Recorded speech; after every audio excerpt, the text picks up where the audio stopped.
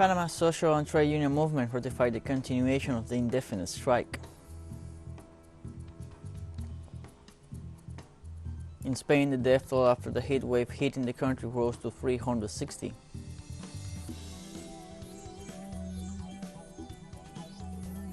Saudi Arabia's crown prince and de facto ruler Mohammed bin Salman warned U.S. views on energy policies could lead to an unprecedented rise in inflation.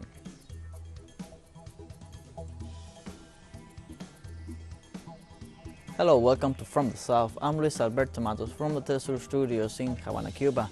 We begin with the news. Panama's social and trade union movement ratified the continuation of the indefinite strike after rejecting the latest measures imposed by the government of Laurentino Cortizo on economic issues. The freezing of the price of gasoline at $3.95 a gallon, a measure that from the beginning was rejected by union leaders and social movements. The organization Alianza Pueblo Unido por la Vida and ANADEPO denounced the government for not yet presenting a real solution to the main problems experienced by the people of Panama, such as the high cost of living and corruption in the state.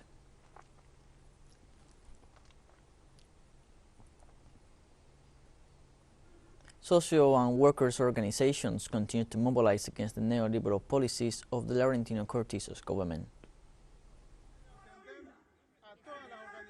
The government must attend to all the organizations that were summoned. In this case, those who are in the streets demanding to solve the problem of the situation that aggravates the country in terms of health, food and fuel.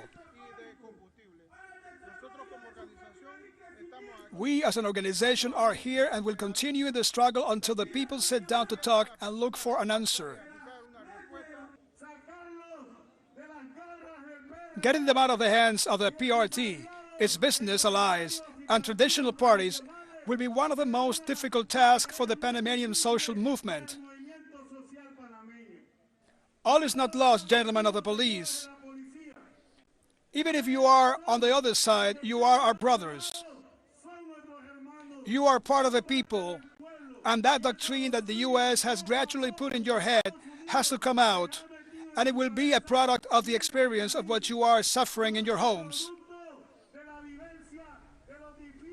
In Cuba, the revolutionary fighter of the clandestine struggle and of the rebel army, José Ramón Balaguer Cabrera, died at the time of the coup d'etat on March 10, 1952. Without abandoning his university studies, he joined the struggle against the dictatorship of Batista and joined the University Student Federation group, participating in demonstrations and student strikes. After the triumph of the revolution, he held various military positions up to the position of Deputy Minister of the Armed Forces, and in his extensive record of service to the homeland, he was a member of the Central Committee of the Communist Party from 1975 to 2019 and a deputy to the National Assembly of People's Power since its founding in 1976. He was the founder of the Communist Party of Cuba, and at that time of his death, he was 90 years old.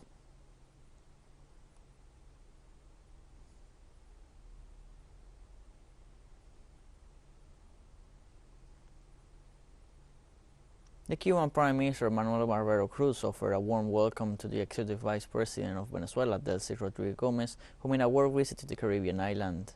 During the meeting, which was also attended by the Cuban Foreign Minister Bruno Rodriguez Barrilla, both leaders highlighted the excellent level of ties between Cuba and Venezuela, an exchange on the state of bilateral cooperation and the regional and international situation, as well as the willingness to continue strengthening the bonds of brotherhood and the permanent strengthening of the Bolivarian Alliance for the Peoples of Our America People's Trade Treaty.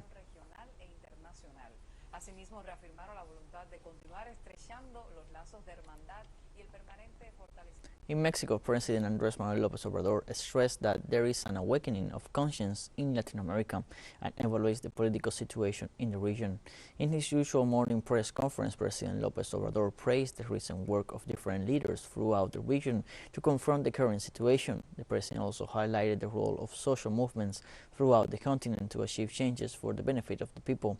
Finally, he assured the efforts of these new leaders will help to mitigate the great inequalities that affect the region.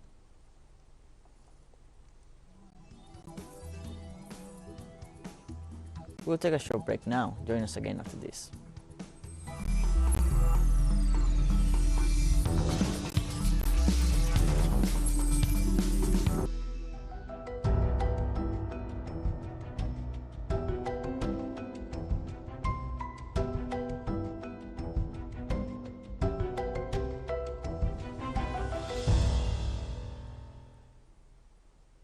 Welcome back from the south.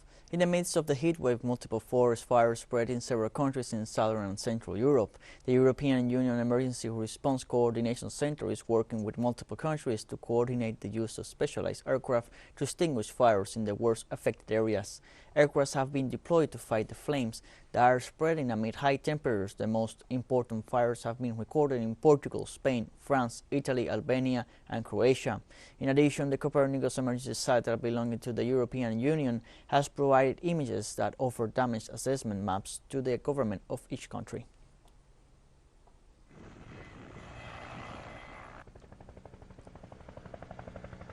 In Spain, the death toll after the heat wave hitting the country rose to 360. The Charles III Health Institute reported that these deaths are the result of the high temperatures registered during the first 6 days of the heat wave affecting Spain. The data provided would correspond to the period from July 10th to the 15th. On Friday, 123 deaths were registered in 24 hours, the highest number in a single day.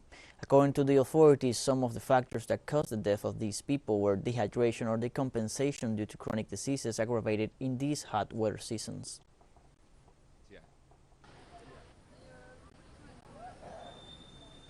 Wildfires continued to spread across Spain on Saturday as firefighters worked around the clock to try to bring them under control.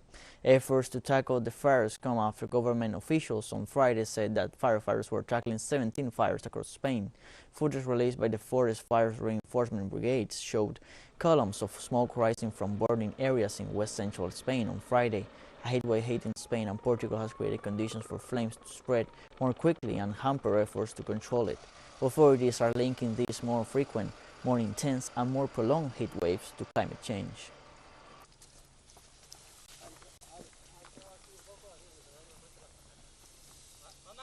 A pilot died on Friday in Portugal when his water bomber aircraft crashed as it fought a wildfire raging in the northern Portuguese municipality of Torre de Moncorvo.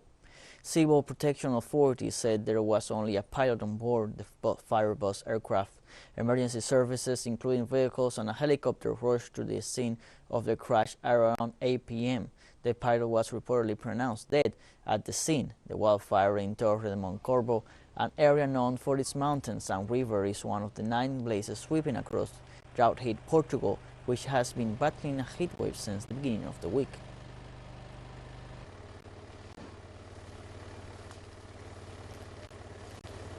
In the United Kingdom, the Conservative candidates aspiring to succeed Prime Minister Boris Johnson participated this Friday in the first televised debate. Penny Mordaunt, a junior government minister and Royal Navy reservist who is little known to the general public, has emerged as the favorite to become the next Prime Minister. Meanwhile, former Treasury Chief Rishi Sunak has the strongest support among Conservative lawmakers in the vote so far. Conservative lawmakers will decant candidates to leave only 2, who will face a runoff election among all party members. The winner will be announced on September 5th and will automatically become Prime Minister.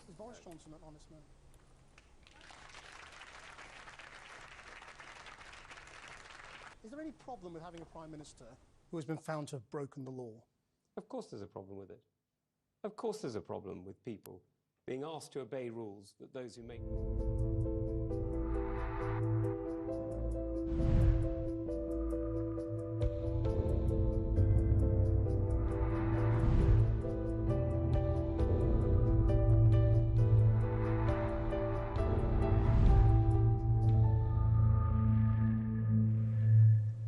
World Health Organization warned of increase in death and COVID-19 infections worldwide.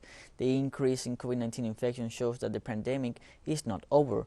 The WHO warned the world that which maintains it is one of the greatest public health emergency at the international level. The number of cases reported to the United Nations Agency increased by 30% in the last 2 weeks due to the subvariants of Omicron BA.4 and BA.5 and the lifting of health measures. In view of this situation and the increased pressure on health systems, WHO called on governments to act with measures that have already proved effective.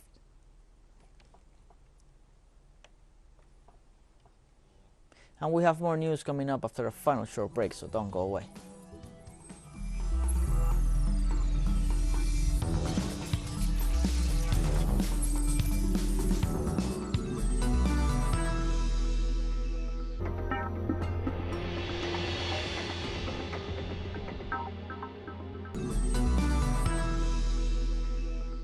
Welcome back to From the South. Saudi Arabia's crown prince and the de facto ruler Mohammed bin Salman warned that unrealistic U.S. views on the global energy market could lead to an unprecedented rise in inflation. During his speech at the opening of the Security and Development Summit in the city of Jeddah, Saudi Arabia, bin Salman assured that adopting unrealistic energy policies will lead in the coming years to an increase in serious social and security problems. Among these problems are increased poverty, hunger, and terrorism. These statements were made after the President of the United States, Joe Biden, requested in his speech an increase in oil production. The summit was attended by the members of the Cooperation Council of the Arab Gulf States, plus the United States, Egypt, Iraq, and Jordan.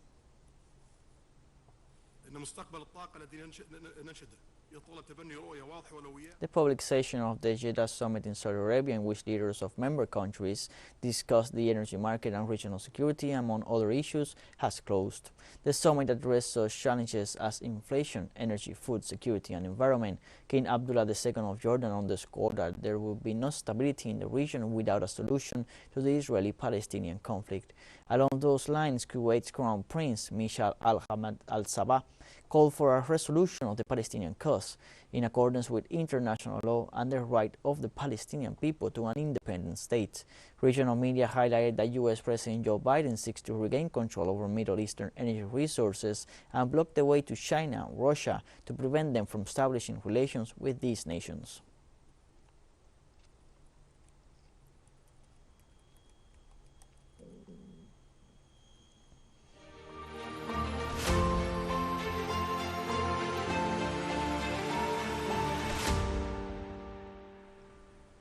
Russia says that a final document on grain exports from Ukraine will be ready soon after Moscow and Kiev held talks on the blockade ports in Turkey. Russia's defense ministry said Friday that a final document designed to unblock grain exports from Ukrainian ports will be ready soon following negotiations with Kiev in Turkey this week. Soon, the work on creating a final document on the Black Sea Initiative will be completed, the defense ministry spokesman Igor Konashenkov said on state television.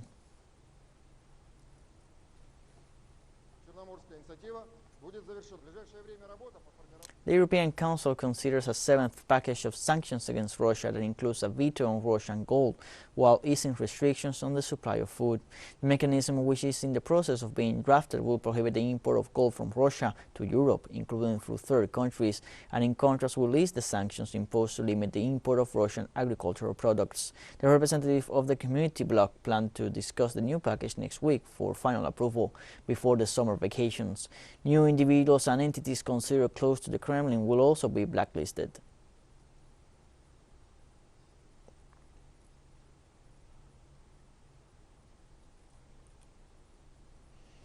The NASA Space Agency announced that the United States will resume with Russia its joint flights to the International Space Station. The Space Agency made the announcement on Friday, explaining that it seeks to ensure continuity of operation despite Washington's actions to isolate Moscow of its special military operation in Ukraine.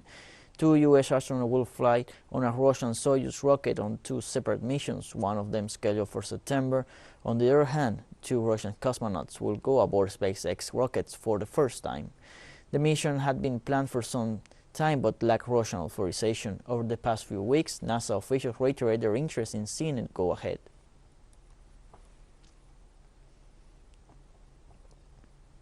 Thousands of people gathered in front of City Hall in Seoul to attend Seoul Queer Culture Festival on Saturday, marking the event's return after 2 years of pandemic hiatus.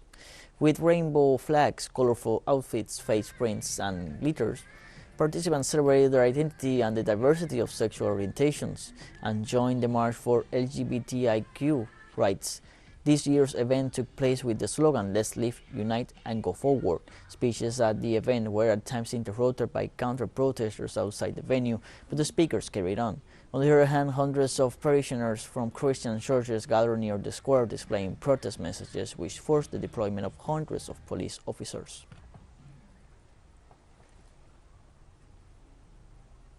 And we have come to the end of this news break. Remember, you can find these and many other stories on our website at telesurenglish.net. You can also join us on social media, Facebook, Twitter, Instagram, and Telegram.